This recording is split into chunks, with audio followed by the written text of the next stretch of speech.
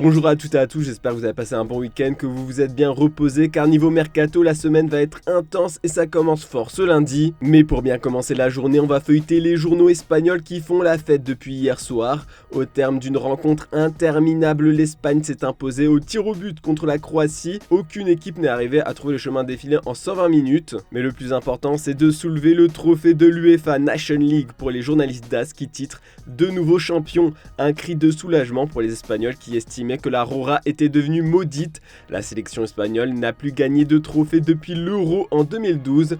On peut voir les héros du pays aussi sur la une de Marca. Les quotidiens font aussi de la propagande pour le Ballon d'Or en assurant que Rodri peut prétendre au trophée vu son incroyable palmarès cette saison. Bien évidemment, en Croatie, tout le monde est déçu. Le rêve d'un trophée pour la génération Modric semble inatteignable. Le quotidien de Vacete Ceterisata reste positif en écrivant que remporter la médaille d'argent à la Ligue des Nations est un résultat magnifique. Tête haute, vous êtes des héros. Et dans la petite finale de la compétition, l'Italie a pris le meilleur face aux Pays-Bas avec un score de 3-2. Le Corriere dello Sport est confiant en ce qui concerne l'avenir de la squadra azzurra. Et on n'oublie pas le match France-Grèce de ce soir. Les Bleus affrontent l'autre équipe invaincue de ce groupe J. En Catalogne, la victoire de la Rora prend une place importante sur la première page de Sport, mais ce qui nous intéresse le plus maintenant se trouve tout en haut. D'après les informations du journal, le FC Barcelone et l'Atlético Paranense ont un accord de principe pour Vitor Roque. Barcelone paiera 35 millions d'euros plus 10 de variables répartis sur 3 ans pour Tigrinho. Le club brésilien est aussi prêt à attendre que le club règle ses problèmes avec le fair play financier avant d'officialiser la nouvelle.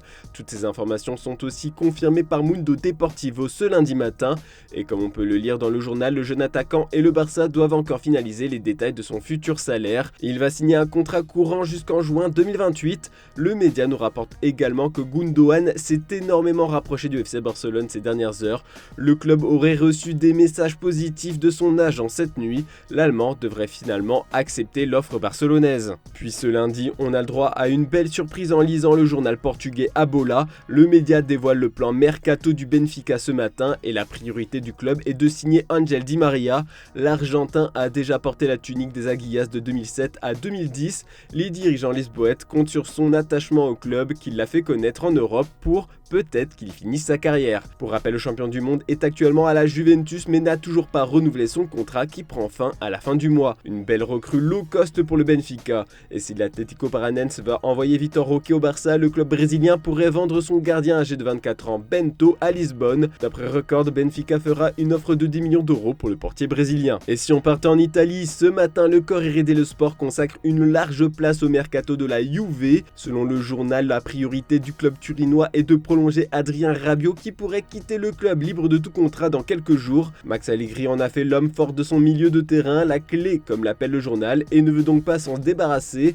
En cas d'échec, Milinkovic-Savic devrait être recruté par la Juve, une information que l'on retrouve aussi en une de la Gazzetta dello Sport. Le joueur de la Lazio plaît énormément au coach de la vieille dame depuis des années, il espère enfin pouvoir l'avoir dans son effectif à la rentrée. Du côté de l'Inter, il y aurait un accord de principe entre les Nerazzurri et Sassuolo pour Davide Fratesi, buteur hier soir avec l'Italie. Le milieu de terrain est prêt à rejoindre un grand club européen. On va rouvrir de nouveau le feuilleton futur entraîneur du PSG, comme on vous l'a présenté hier dans notre JT. Après l'échec Julian Nagelsmann, les dirigeants parisiens ont fait de Luis Enrique la nouvelle priorité pour le poste. Cette information fait la une de l'équipe mais aussi du Parisien ce matin. Selon nos indiscrétions, alors que le club se tournait vers des profils assez jeunes, le club parisien veut désormais minimiser les risques et se tourner vers un coach plus expérimenté. Dans l'état, c'est désormais Luis Enrique. Toujours selon nos informations, l'Arabie Saoudite est fortement intéressée par l'idée de faire de Christophe Galtier l'un de ses coachs en Saudi Pro League. Dans ce sens, des premiers contacts ont débuté entre le club d'Al-Shabab et le manager français. Tant qu'on parle du mercato des managers, As vient de lâcher une sacrée information. Le Real veut faire revenir Zinedine Zidane dès maintenant. Le club est conscient de l'importance du français pour le club, notamment en matière de mercato, surtout pour convaincre Mbappé de quitter Paris pour Madrid. Mais bon, le président Florentino Pérez a fait une déclaration choc hier à un supporter du Real dans la rue.